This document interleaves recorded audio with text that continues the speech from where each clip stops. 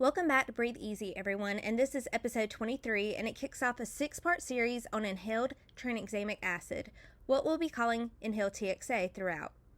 Now, inhaled TXA might sound like a niche topic at first, but here's the reality. When blood shows up in the airway, that room changes fast, and having a clear understanding of your options makes all the difference. Over the course of the series, we're going to build your knowledge from the ground up, starting with what is inhaled TXA, moving into when and how to use it, and covering the clinical reasoning that should guide your decisions at the bedside. This first episode is all about laying down the foundation, and by the end of it, you should be able to explain what it does, identify when it's appropriate, and understand its limitations. Think of this as the Why Should I Care episode. Once we get through the fundamentals, everything else in the series will click into place. So let's start where it matters most, at the bedside, with the clinical problem that makes this therapy relevant.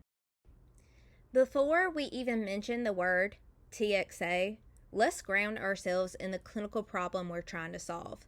When blood enters the airway, the immediate threat isn't blood loss, it's airway compromise. Patients deteriorate because blood obstructs ventilation and impairs gas exchange, and that can happen faster than most people expect. This is a critical distinction for a respiratory therapist to internalize. Airway patency comes before hemoglobin numbers.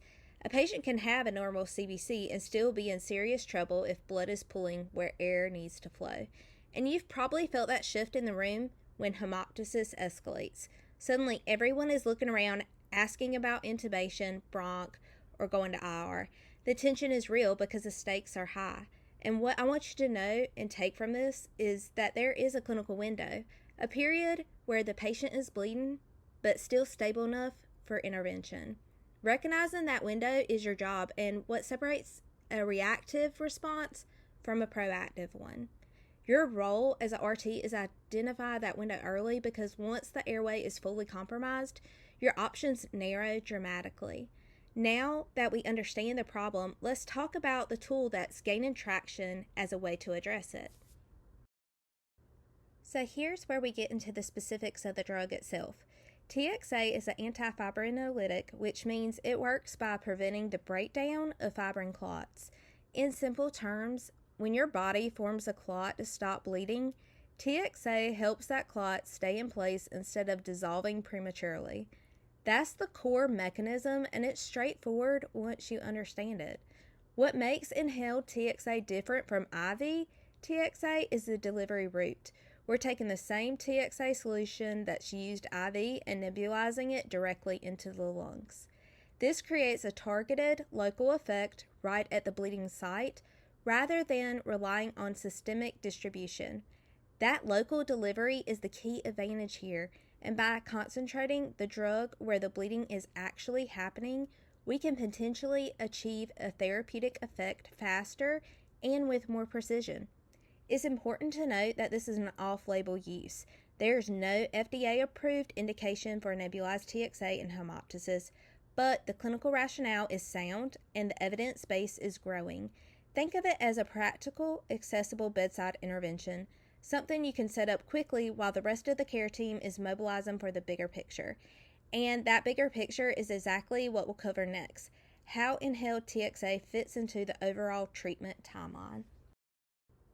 This is probably the most important conceptual point in the entire episode, so let's make sure it lands clearly. Inhaled TXA is bridge therapy, not definitive treatment.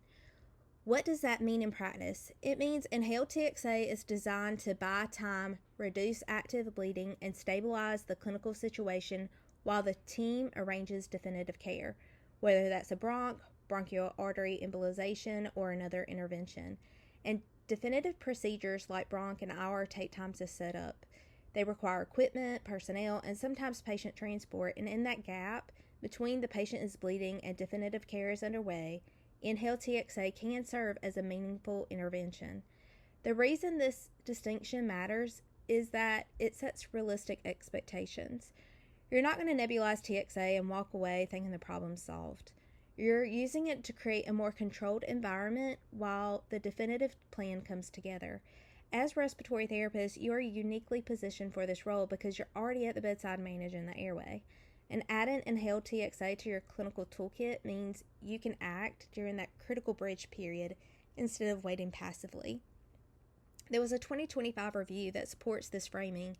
Inhaled TXA is consistently described in the literature as an adjunctive temporizing measure, and it keeps this bridge concept front and center as we move into the next slide, where we're going to define exactly when to reach for this tool. All right, let's distill this into a bedside decision rule you can remember under pressure. Bleeding plus stable equals think inhaled TXA.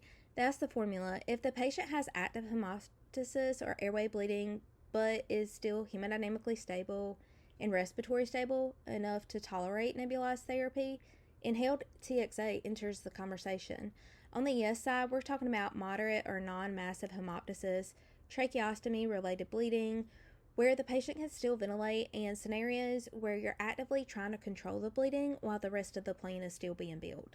On the no side, and this is equally important, we're talking about massive hemoptysis, patients who are hypoxic and unable to ventilate, and anyone who is actively drowning in blood. In those situations, the window for the nebulized therapy has closed. The clinical judgment here is about recognizing stability. Can the patient protect their airway? Can they tolerate a nebulizer treatment? If the answer to either question is no, inhaled TXA is not the next move here. This framework comes from the work of Wand in 2018 and Gopinath and colleagues in 2023, and both of which focused on non-massive hemoptysis populations. And so memorize this rule, write it down. It's the kind of quick mental model that makes a real difference when things are moving fast at the bedside. Now, because this point is so critical, we're going to drive into what happens when that window closes. I want to be direct here with this one because getting it wrong has real consequences. Inhaled TXA is not meant for massive hemoptysis, and it is not your airway rescue tool. If the patient is unstable, severely hypoxic, or the airway is flooding with blood, the plan is immediate airway protection and definitive intervention. Full stop. This is where clinical discipline matters. It can be tempting to try something, anything, when a patient is crashing, but a nebulizer in that scenario is not going to turn the tide. It actually may delay the interventions that could. And the danger is not the drug itself. The danger is the time you lose setting up and delivering a nebulized treatment when the patient needs intubation, bronch, or interventional radiology now. And the tension point, I'm trying to encourage you to think about it this way. The same clinical window that tells you inhaled TXA is appropriate also tells you when it's not. And if the patient has crossed from bleeding but stable to actively decompensating, your focus shifts entirely to airway management and escalation. This isn't about being afraid of therapy. It's about respecting the clinical context in which it works and recognizing when the context has changed. With this safety boundary clearly defined, let's look at what the evidence actually says about TXA's effectiveness. This therapy has moved from an interesting idea to something that's actively being used at the bedside. The evidence, while still evolving, is genuinely encouraging, and the standout number is from the 2018 randomized trial. Hemoptysis resolved within 5 days in 96% of patients who received a nebulized TXA, compared with just 50% in the placebo group, and that's a striking difference. Beyond resolution rates, the TXA group in that trial also had a shorter hospital stay, needed fewer invasive procedures, both of which matter for patient outcomes and resource utilization. In a 2023 pilot study, it added another dimension by comparing nebulized TXA to IV TXA in ED patients with active hemoptysis, and their findings suggested faster, earlier bleeding cessation with the nebulized route, which aligns with the local delivery rationale we discussed earlier. In the most recent reviews, in 2025, an integrative review and the 2025 meta-analysis have synthesized the available data and described favorable short-term efficacy in non-massive hemoptysis. Now a word of professional honesty. This is not the kind of evidence base where we have a large multi-center definitive trial. These studies are promising, but relatively small, and more research is needed. That said, the consistency of positive findings across multiple study designs is what has moved the needle. It's enough evidence to support informed selective use, which is exactly how we should be approaching it. Let's bring all this together now and talk about what this means for your practice. The takeaway I want you to carry out of this episode is, as a respiratory therapist, you're often the first clinician intervening in an airway emergency. That's not just a job description, it's a clinical reality that puts you in a position to make a meaningful difference. After this episode, you should be able to clearly articulate what is inhaled TXA, how it works at the airway level, and why is it being used as bridge therapy in non-massive hemoptysis. Equally important, you should know the boundaries. You should know the bedside rule. Bleeding plus stable equals think inhaled TXA. And if you know when the patient crosses into instability, that plan should change entirely. This is a bridge tool, a stabilizer, and increasingly a RT bedside driven decision. And that last part matters. The more confident and informed you are about how and when to use it, the more effectively you can advocate for your patients in those high pressure moments. In this next episode, we're going to build on this foundation and dive into the clinical reasoning behind inhaled TXA use, the why behind the what.